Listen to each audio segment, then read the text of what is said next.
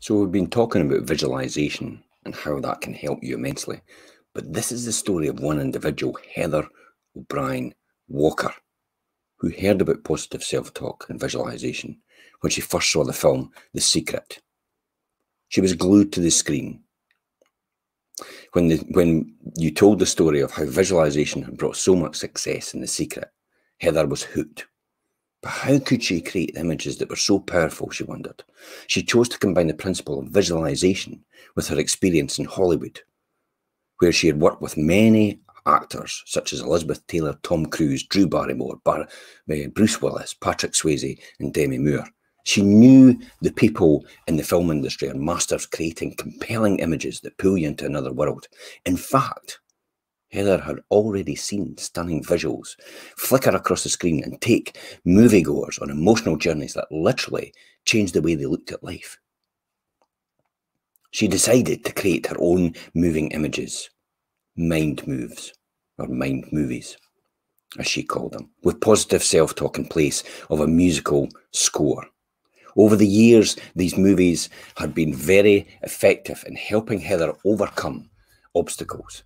And at the same time, she'd also discovered a mantra that she repeated during her times. Don't give up.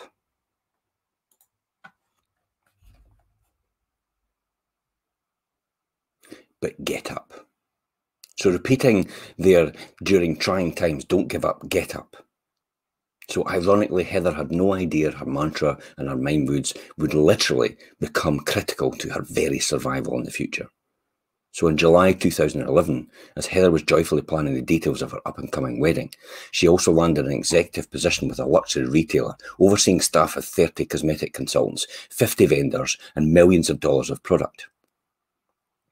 Barely a month into her new job, Heather tripped over a cardboard box filled with trash that somebody had carelessly left in the stockroom walkway. As she fell violently forward, Heather struck her front of her head, first on a heavy metal shelf, knocking her unconscious, and then fell face-first flat into a concrete floor. Her fiancé, TW, frantically rushed to hospital upon being notified, and as Heather awakened in the hospital in the ICU, she knew something was serious had happened to her. The entire room was spinning and lurching like a carnival ride. Her head felt like it was being crushed in a vice, and there was an ear-piercing ringing in her head. She could barely see shapes and objects, yet the light in the room was blinding, thunderous sounds as well to her too. As if someone had turned up the volume full blast in her ears. As she struggled to sit up and make sense of it all, she had a terrifying discovery that she couldn't move her legs. Heather later learned that she had suffered a traumatic brain injury and that the blows to her head would affect the functioning of her entire body from that day forward. She couldn't feel her legs, or even without physically picking them up, using special straps that felt like lead weights, basically. She couldn't even sit up because of her dizziness and disorientated. It did make her feel ill. When she tried to speak, her words came out garbled and slurred. She couldn't recall details of follow conversations. To make matters worse, her doctors were not encouraging about her recovery. People who had sustained similar trauma, they said, were living out their lives in nursing homes, unable to function outside of the bed. Sometimes just didn't listen to your doctor. They're quite pessimistic on occasions. The brain can sort out a lot of things without the need of that.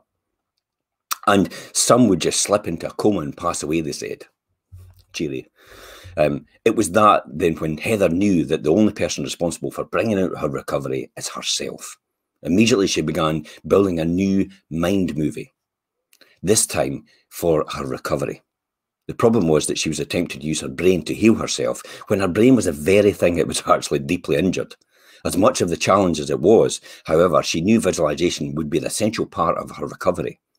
For the next month, Heather worked hard on her therapy and replayed in her mind movie. She desperately wanted to go home, but was warned that most likely she'd never be completely free of the vast array of symptoms she had suffered. Eventually, still unable to walk, care for herself, or do anything on her own, Heather was released to the full-time care of her fiancé. TW had to bathe her, dress her, feed her, take her to the bathroom, manage all her medications and therapy, all while trying to run his own business. Then Heather was dealt another devastating blow. 1 week after the release from the hospital on the way home from the doctor's appointment, she and TW were hit by a reckless and impaired driver, causing a second traumatic brain injury when Heather's airbag deployed and sent her head crashing into the passenger window. Considering her existing injuries, Heather was lucky to be alive, and as if that weren't enough adversity to handle, TW was also seriously injured, sustaining a broken foot and severe back injury that would later require several surgeries. The next several weeks were some of the darkest days they'd ever faced. Yet Heather continually replayed her mind movie and used her "don't give up, get up" mantra. One day, shortly after the car accident, TW approached Heather with an idea. He had inspiration for a new mind movie. He told her, planning their wedding and officially setting a date. At first, Heather was aghast, and in fact, she was angry that TW would even suggest such a thing. Wheeling down the aisle in a wheelchair in pain, trying to recite garbled words, with the very great possibility that we'll lose track of what I'm trying to say, she exclaimed. "No way, that's not going to happen." Make a complete fool of myself? It really wasn't what I had in mind for my wedding, she said. And as Heather recounted the story, she said, "I'll never forget TW gently taking hold of my armrest of my wheelchair, pulling me up close to him and looking at me directly in the eye, saying in the usual joking manner, 'You're going to be Mrs. Walker.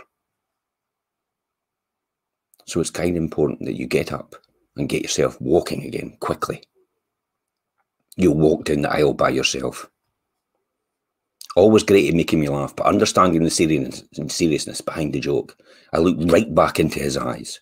And as my heart was the one who responded, I said, 'I believe it.'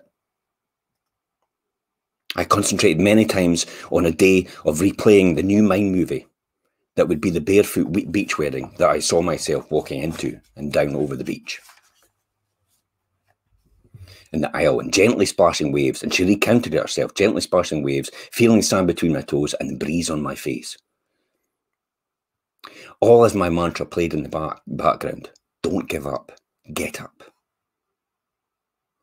She said, I'm proud to say, on April the 14th, 2012, 7 months after sustaining a second brain injury, TW and I were married in a beautiful beach ceremony, where I indeed walked down the aisle by myself, just as I'd heard and seen in my mind movie. Thousands of times before, she played this in her mind. But her mind worked to heal her body as a result of that.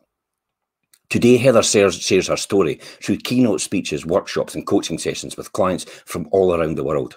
She also published her story in a new book called Don't Give Up, Get Up. At the limit of her perseverance, Heather recovered through the power of visualization, and that's how important it is. But what if you don't see anything when you visualize? And we'll cover that tomorrow.